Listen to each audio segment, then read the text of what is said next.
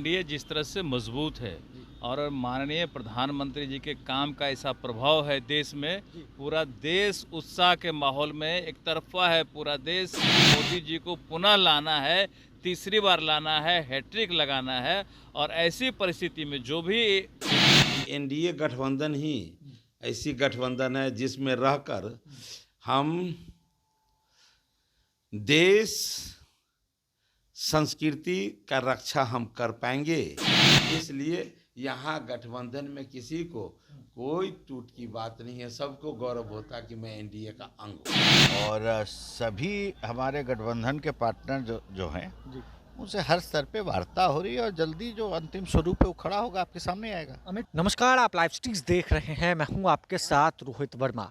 देखिए, बिहार में चिराग पासवान को लेकर कई सवाल खड़े हो रहे हैं। क्या चिराग पासवान एनडीए का साथ छोड़ देंगे? क्या मोदी के हनुमान कहे जाने वाले चिराग पासवान एनडीए का हिस्सा जो है वो नहीं रहेंगे? देखिए, जिस तरीके से बिहार में एनडीए की सरकार बनती है, नीतीश कुमार एनडीए में घर वापसी करते हैं और ठीक उसके बाद से ही चिराग पासवान का रुख थोड़ा अलग नजर आ रहा होता है। इधर मुकेश सहनी की भी बातें ये हैं कि दिल्ली में मुलाकात जेपी नड्डा से, प्रधानमंत्री मोदी से वो करेंगे और जिसके बाद जो है अब एनडीए में शामिल हो जाएंगे। तेजस्वी यादव भी चिराग पासवान को ऑफर दे रहे हैं। अब ऐसे में बीजेपी के विधायक, सांसद और एमएलसी ने साफ साफ चिराग पासवान को लेकर बड़ा बयान दिया है। एनडीए में सब कुछ इंटैक्ट है, सब कुछ ठीक है, ऑल इज वेल है, चिराग पासवान कहीं भी नहीं जाएंगे। मुकेश सहनी पर भी बीजेपी के विधायक नीरज सिंह बबलू, बीजेपी के सांसद विवेक ठाकुर, साथ ही साथ बीजेपी के एमएलसी हरी सहनी कह रहे हैं। क्या कुछ कह रहे हैं, जरा इस वीडियो में सुनिए। देखिए, एनडीए जिस तरह से मजबूत है और माननीय प्रधानमंत्री जी के काम का ऐसा प्रभाव है देश में, पूरा देश उत्साह के माहौल में एक तरफा है। पूरा देश की मोदी जी को पुनः लाना है, तीसरी बार लाना है, हैट्रिक लगाना है। और ऐसी परिस्थिति में जो भी एनडीए गठबंधन के दल हैं वो मोदी जी के साथ में रहेंगे, कहीं जाने वाले नहीं है। और चिराग जी का तो लगातार कह रहे हैं कि हम मोदी का हनुमान है। हनुमान कभी राम को छोड़ के गया है क्या? ऐसा कुछ नहीं होने वाला है। जो हमारे साथ है, हमारे साथ ही रहेंगे।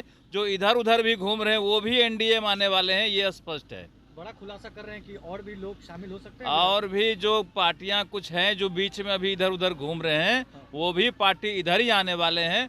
और इंडिया गठबंधन, जो इंडी गठबंधन, वो तो छत बिछत हो गया। उनका तो सारा भाग रहा है। उधर ममता अलग भाग गई, केजरीवाल अलग भाग रहे हैं, माननीय मुख्यमंत्री जी पहले आ चुके हैं, तो कोई बचा ही नहीं। पूरा फजीयत है उनका, कहीं कुछ नहीं होने वाला है। अब की बार 400 के पार होना तय है, बिल्कुल सब चीज कंप्लीट है। इधर खींच रहे हैं और जो इनका सहयोगी है, इनसे कैसे छिटक छिटक के भाग रहे हैं, सो होश नहीं है। उनको संभाल के रखेंगे, वो ताकत नहीं है। और दूसरे तरफ से खींच रहे हैं, कितना सफल होगा ये बिहार की जनता, देश की जनता जान रही है।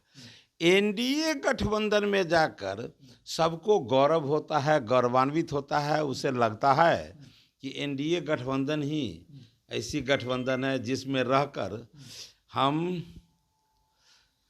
देश संस्कृति का रक्षा हम कर पाएंगे।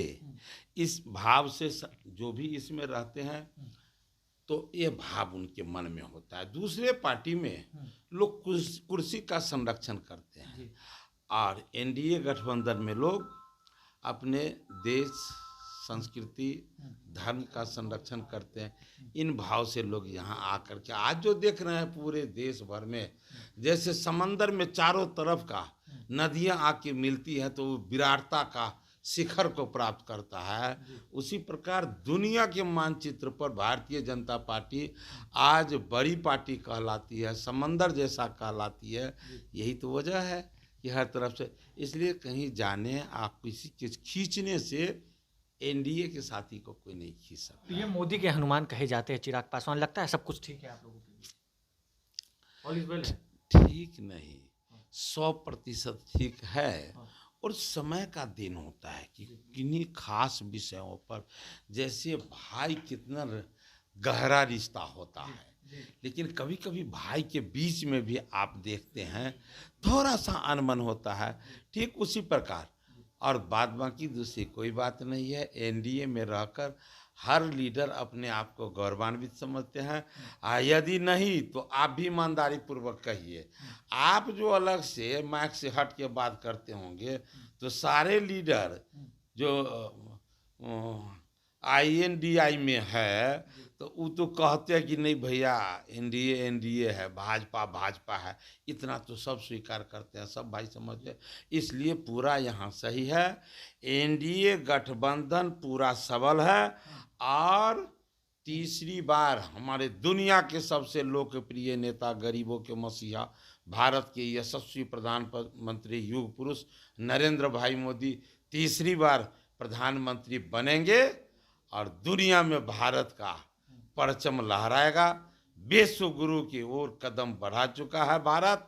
इसीलिए तो देखते हैं आज कि गांव में झोपड़ी हटाकर पक्के का मकान और टेंट हटाकर दुनिया का सबसे दिव्य और भव्य राम मंदिर और दुनिया के मानचित्र पर एक 100% मुस्लिम कंट्री में जाकर आज 27 एकड़ में मंदिर निर्माण, यह बताता है कि आज नरेंद्र मोदी दुनिया में शांति रूप में जो है शांति दूत के रूप में आज माने जाते हैं।